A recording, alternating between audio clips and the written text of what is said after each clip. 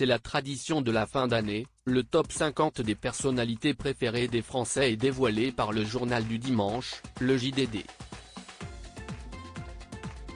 Sans surprise pour 2022, on retrouve l'indétrônable Jean-Jacques Goldman qui est élu pour la 12e fois de sa carrière. Presque un record pour celui qui se situe désormais derrière l'abbé Pierre, élu 16 fois, et le commandant Cousteau, élu 20 fois. C'est Thomas Pesquet qui se hisse à la seconde place pour la 2e fois consécutive. Il renoue avec la tradition des scientifiques aventuriers. Dans un contexte morose, il incarne le visage de la France qui va bien. Il n'est pas la nostalgie mais l'avenir, explique Frédéric Dabi, directeur général opinion de l'IFOP. Omar Sy clôt ce podium après avoir été 3 fois premier de ce classement.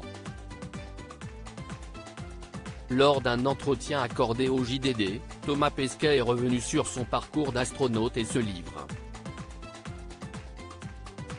Ma 2e mission à bord de la Station Spatiale Internationale, ISS, m'avait apporté une forte visibilité en 2021. Avec la publication de mon livre Mon nom traîne dans les journaux, confie humblement l'astronaute. Une médiatisation qui lui a valu d'avoir une proposition surprenante de la part d'un acteur. En effet, Thomas Pesquet évoque sa relation avec Omar Sy, on a échangé des messages car il voulait me faire tourner un caméo dans une série. Un projet qui a tout de suite plu à l'astronaute mais ça ne s'est pas fait pour des raisons d'emploi du temps dit-il.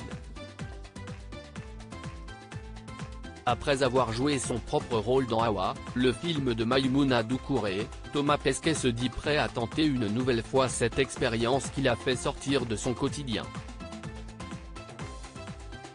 Supérieur à Thomas Pesquet, Éric Zemmour, Harry Habitant. Les 10 personnalités les plus recherchées sur Google en 2021 en French. Thomas Pesquet bientôt sur la Lune? L'astronaute de 44 ans n'a pas peur de sortir de sa zone de confort et de se lancer dans de nouvelles aventures.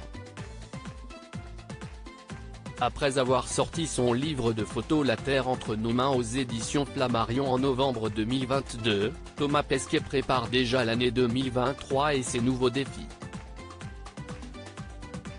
S'il va aider l'astronaute danoise Andreas Mogensen une grande partie de l'année, il n'oublie pas son objectif d'aller un jour sur la Lune. Une ambition appuyée par le président de la République lors de sa visite d'État aux États-Unis fin novembre. Article écrit en collaboration avec 6 médias. Crédit photo, Jacques-Ovid Moreau.